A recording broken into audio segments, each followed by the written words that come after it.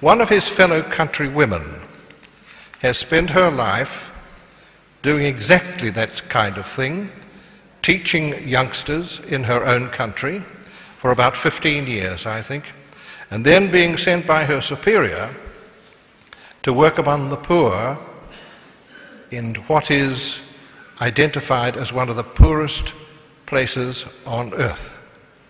And she has chosen to stay there. How she survives, only God knows, but I'm so glad that she is here. Sister Trish Franklin.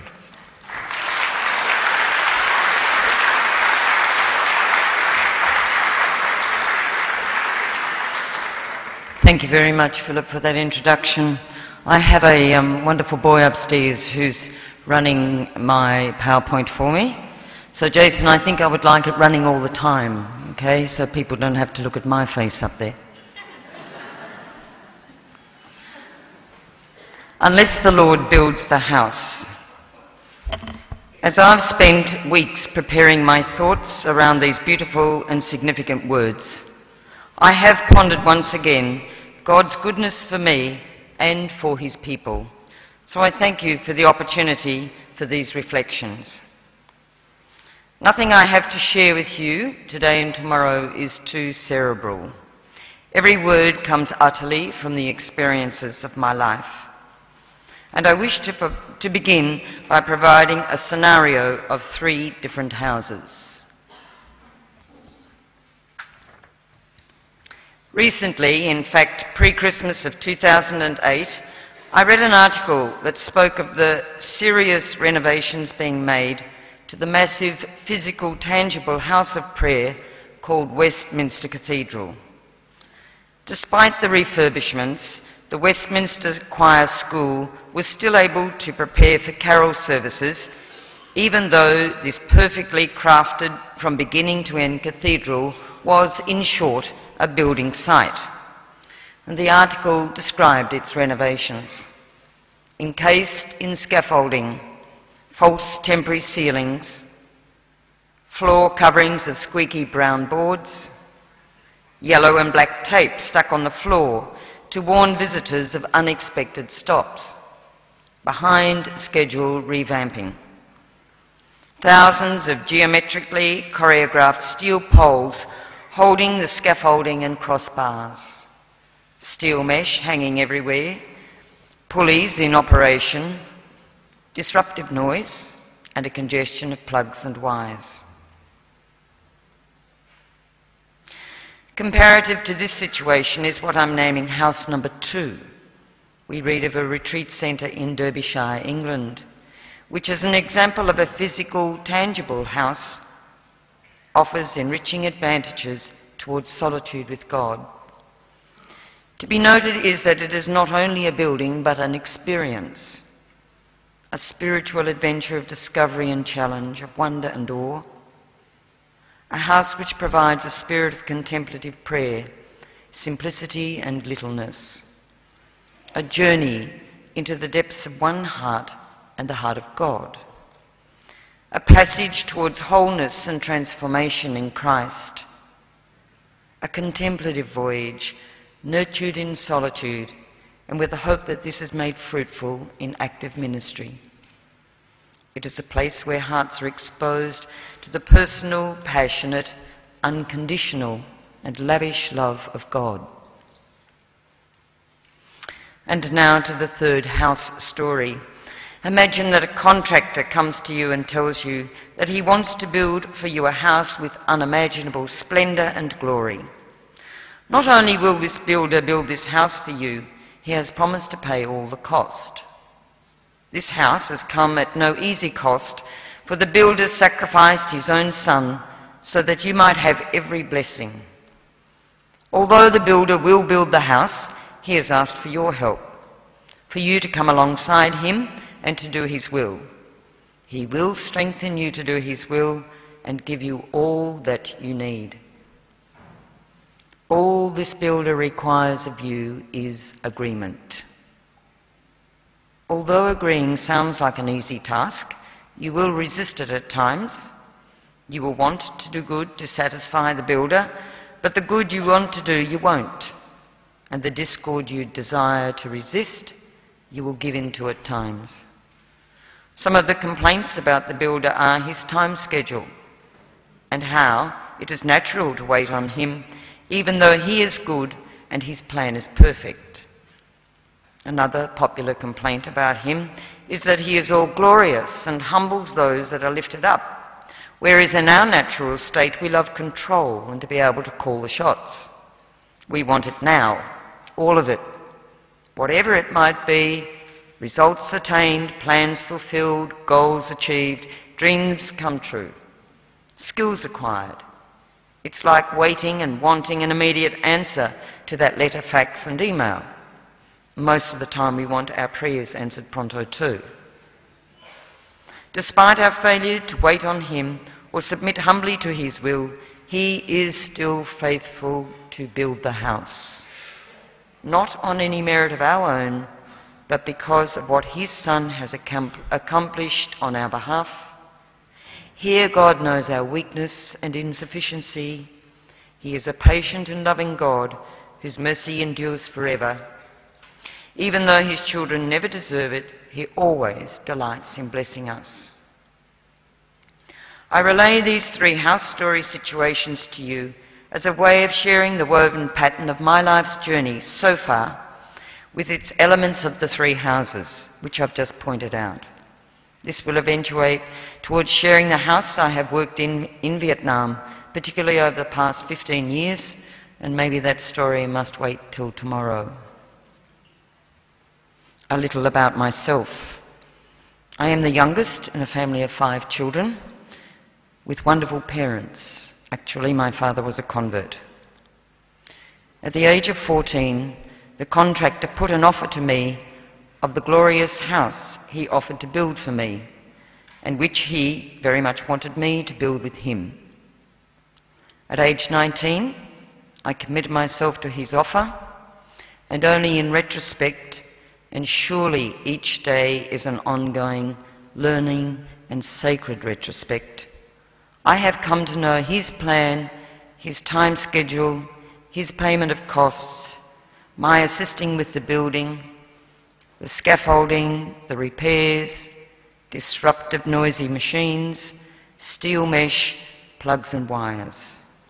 And yet, there have also been the solitary moments like house number 2, journeys into my heart and the heart of God, therein finding abundant, prolific, bountiful and profound blessings.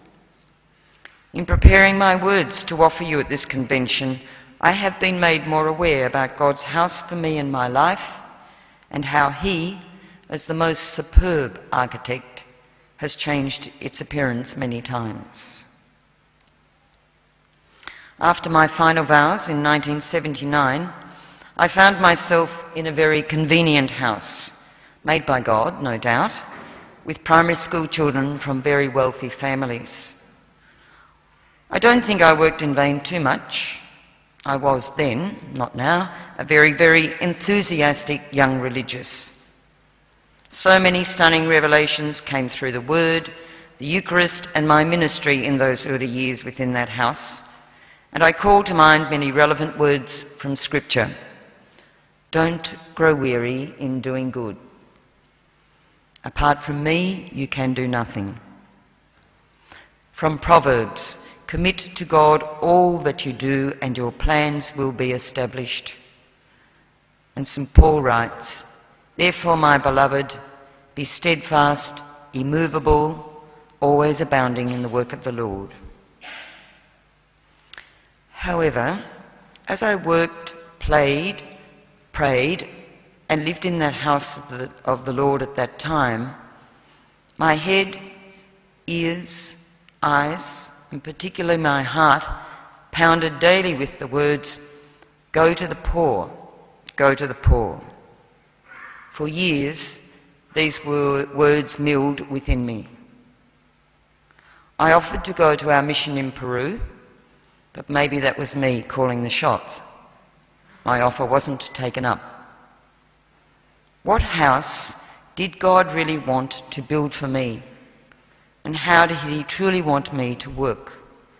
were questions that disturbed me still.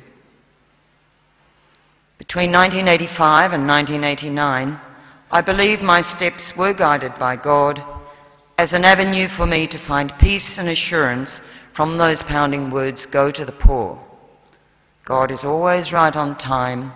He's a big, big God. In those years, 85 to 89, I worked in refugee camps in Thailand amidst hundreds and thousands of Cambodian, Vietnamese and Laotian people in exile. They always had something within them that fueled their spirit and provided them with the courage they needed to face each day. These people had such a passion for the possible. It was as though they had a sense of the point voyage, where, while it was still dark, the birds sing out their welcome before the first rays of dawn renew the earth. A waiting person is a patient person. Patient living means to live actively in the present and to wait there. Waiting is not passive. It involves nurturing the moment. Refugees, of course, are experts at waiting. Their way of life taught me that when we relinquish the future into the hands of God, then the fog clears, the nature of the dis-ease and the blockage within us reveals itself. And what did they show me? To live simply. Bamboo sticks and blue plastic tent cities. To love generously. They shared their rations, carrying home twice a week carcasses of the chicken, which they used to call chicken dye. They showed me how to care deeply, families sharing their tents and clothes, and together escaping wired fences to obtain wood for fuel. They showed me how to speak kindly. They were always saying to each other, "We will move to a better place, let's be hopeful." And when a family had been accepted to go to the USA, Australia, France, New Zealand, wherever, they'd say, "I'm so happy for you and your family that you've been accepted to go to wherever," even though that person saying that had a future still confounded by paperwork, health checks, and months and years of more waiting. These years in Thailand saw the Lord change his house for me from one that was very comfortable, wealthy and convenient to one that was a mere thatched hut of discomfort, fatigue, inconvenience and awkwardness. This big change reminded me of a story that became very relevant to me at that time. And the story goes, a fire had broken out in the middle of the night in a 2-story house in London. All the occupants had rushed into the street to escape, except for the youngest, a 4-year-old. Surrounded by dense smoke, he appeared at the upstairs window. "Jump, my son, jump," shouted his father. "But Daddy, I can't see you," cried the little guy. "Jump, son, don't be afraid, I can see you." The question I could have asked in those days in refugee camps, because yea, I was with the poor, was, is the Lord's house he's building ever complete? Unless the Lord builds the house, they labour in vain who build it. I know and believe and have experienced and will experience more, no doubt, that we so need to consult God in every aspect of his scheduling, and that making plans, counting the cost, all require research and wisdom. Scripture says, "In all ways acknowledge him, and he will direct your paths." I learnt at grassroots level in my days in refugee camps that it is not possible to run ahead of the Lord looking for ways to fix things, but rather, and in such a desperate situation, I was able to abide in the source of wisdom, and that was and is to consult with God within the heart. I want to diverge a little from my own story for a moment and share some thoughts about what is so beautifully and utterly beautiful, and that is the heart. How many words are evoked when we ponder that word heart? Listening, hearing, contemplating, speaking, knowing, loving, and seeing. And it is by seeing with the heart that we can clarify the words, unless the Lord builds the house, and how ready we need to be to allow our hearts to be changed. It was St. Paul who stated that faith comes from hearing, but I believe even more that we are shaped very much by what we see. We think from what we see. Pictures elicit our feelings in ways that words sometimes do not. For example, we picture Christ as Good Shepherd, Sacred Heart, suffering servant, teacher, preacher, healer, and as tomorrow's Gospel goes, companion on the journey as at Emmaus. In our ordinary life, images last and they stick. They're not easily dislodged. In a consumerist culture such as ours, images are used to appeal to our appetites. Drink me, buy me, smoke me, wear me, and most of all, look at me and be like me. However, the image of the good life is not how Christians pledge to make good on the one and only life they have to live. The good life is seen and heard in the image of God, and therein reigns truth and holiness, justice, peace, love, and they hold sway forever. I am reminded when dwelling on the visual, on the seeing of image reflections. The central panel, bigger and more attractive, and two slimmer, smaller panels. They are related to the central panel, always leading the eye back to the centre, even as each panel can stand alone, offering its own meaning and message. Sifting through what is deserving of our seeing, being discriminating in what we will give our eyes to, discerning what is worthy of our looking, means that we must train and discipline the eye.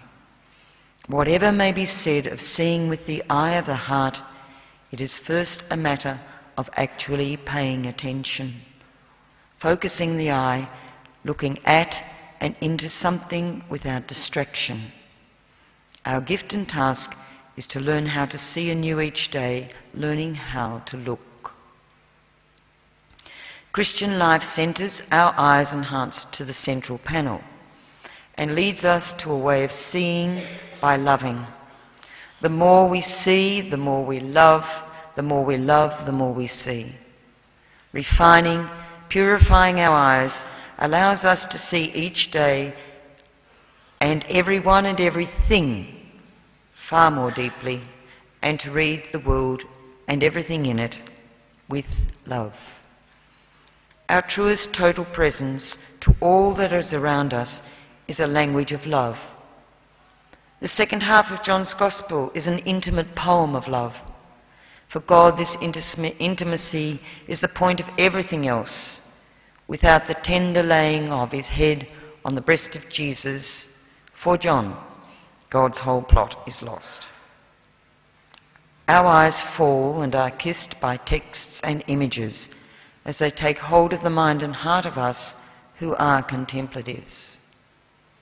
Our eyes learn to read and see the presence of God in all of human life, in the events of the here and now, in the life of the church, and in the wide, wonderful, and often whacked out world. This is like praying all the time. Praying by looking, by seeing as a whole way of life. What is needed are caressing, beckoning, gentle voices that teach us how to see, hear, and to speak the language of love. This, I believe, is what happened within me in Thailand in the 80s. Every day challenged me to learn how to focus on what was good and to set aside the rest. That builder in my 3 house stories cradled me in that dwelling of a refugee camp, according to his costing, his architecture, his disruptive noises, and his contemplative voyage, leading to ministry, and also totally with his interior design, the movement of seeing with my heart. Actually, this movement was also made very popular for us by the Smiling Jesus watercolours of the 70s and 80s, which were invitations to see Jesus as everyone's best pal. And so when instructed to see Christ in the other, maybe we read Christ into the other, rather than allowing the other to manifest something of the mystery of Christ by being who they were. I experienced in the 80s that I could allow myself to be buoyed up by a wide sea of humanity, hundreds and thousands of refugees, and yet have some sense of who Christ might be, but not merely by seeing him in the other, but by receiving in the glance of those incredible people some trace of a face whose contours I had to squint to discern, for that light is blinding. The spirituality of seeing does match and is not complete without the Eucharist prayer and silent contemplation. And here that priceless gift is offered, that of being still. In the deeper movements of prayer there are no words. There is only the embrace of silence. And that takes us and carries us toward unspeakable mystery. Wrapped in the word, beneath and beyond all words, we see not all at once, but slowly, shielding our eyes to gain some small glimpse. We want to see, but the light is blinding. We search and we strain to see the face, to look upon the face of God. This response, the prayer of standing still, simply looking, beholding, and breathing in the love of God, is being offered. Prayer of the deepest kind, contemplative prayer, is above all about seeing. As John Milton wrote, they also serve who only stand and wait. Receive the gaze of the other. I'm going to get you to have an experience of this in a moment. Let him look at you. The face of God did turn to me, sought me and searched me out. He did make a claim on my life, wanting me, all of me, every inch and every ounce of me. God's eyes seeing with a long and loving gaze, and then the eyes saying it all, let me live, please let me live, in you, through you, with you, person to person. And still the one I have called to learn, have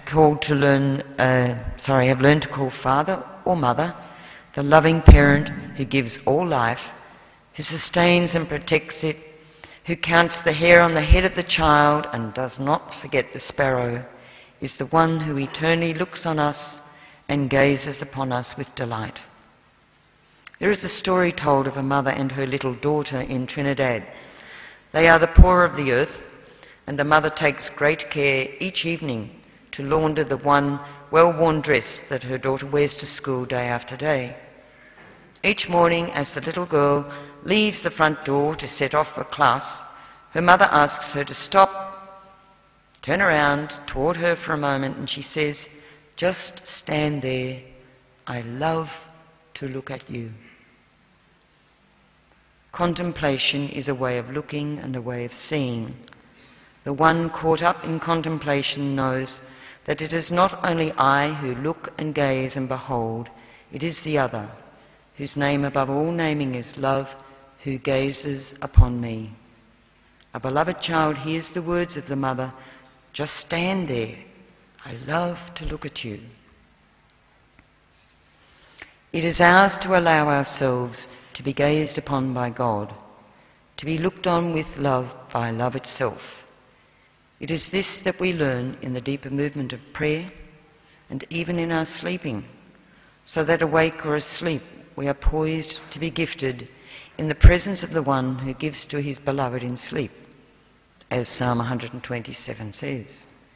We can see so clearly the movement at the heart of reality, and we can hear the beating of many human hearts. I invite you now to stop and to experience the gaze of God, let him look at you with love. Aren't we lucky?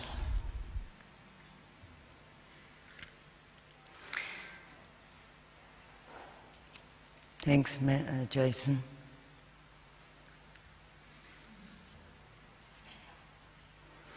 The image of the heart cannot be trivialized. In the Old Testament it was lebab, in the New Testament cardia, which convey not simply feelings of tenderness and intimacy, but rather they refer to the deepest dimensions of the self, so deep that it can be said that the person does not simply have a heart, but is the heart. And so in those years in Thailand, a quiet held me, no cradled me for a long time, and I was changed. And I have learnt that to be really alive, we must be willing to put down one phase of life after another, one house after another, refusing to spend life treading water in any one phase. Life is for the living, for those who intend to keep on living whatever the cost, because to do anything else is to betray creation. If you want to put excitement into our lives, if we want to, we must be willing to put it there ourselves. We must be willing to change directions, to change houses, when the path we're on has become more like a cul-de-sac that leads only back to where we once began, where we were housed initially, rather than a pattern of life that moves forward. Sometimes changes are meant not so much to change one's life, but to stir one's soul. It is easy to die before we've even begun to live. I believe that we are not meant to get stuck in life. We're meant to go on from layer to layer of our souls until we get to the core of the spiritual life and find faith in all of it.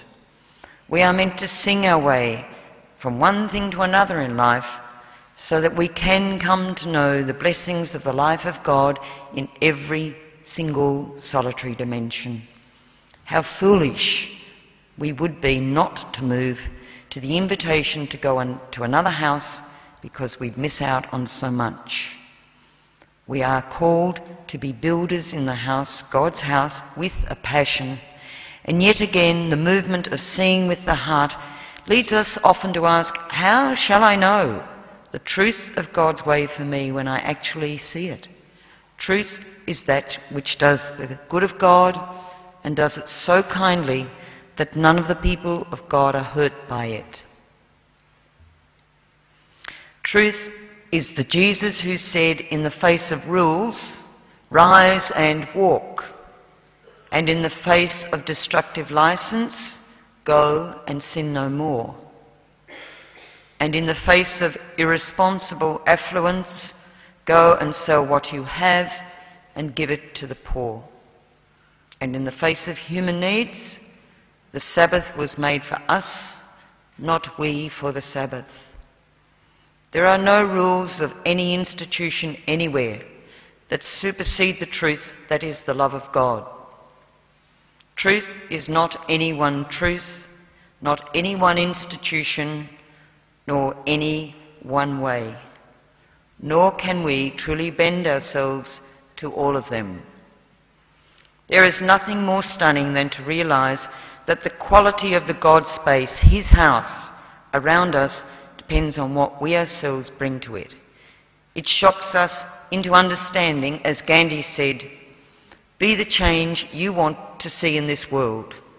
As we are, so the world shall be. If the question is, where is God? The answer is distressingly uncomplicated. God is wherever we know God to be, wherever we bring God to be, no more and no less at any time, anywhere or in anyone. Maybe in Thailand, I thought I'd arrived at a house where I thought I'd live forever. Not to be. Let's journey on and build again within another of the Lord's houses, His mission in mind, unique to me, unfinished without me. There was another house to live in, and a more ultimate surrender of control over my life, a more intense gathering of all my resources for a riskier leap of faith than I had ever made before. And tomorrow I will take you to Vietnam. Thank you.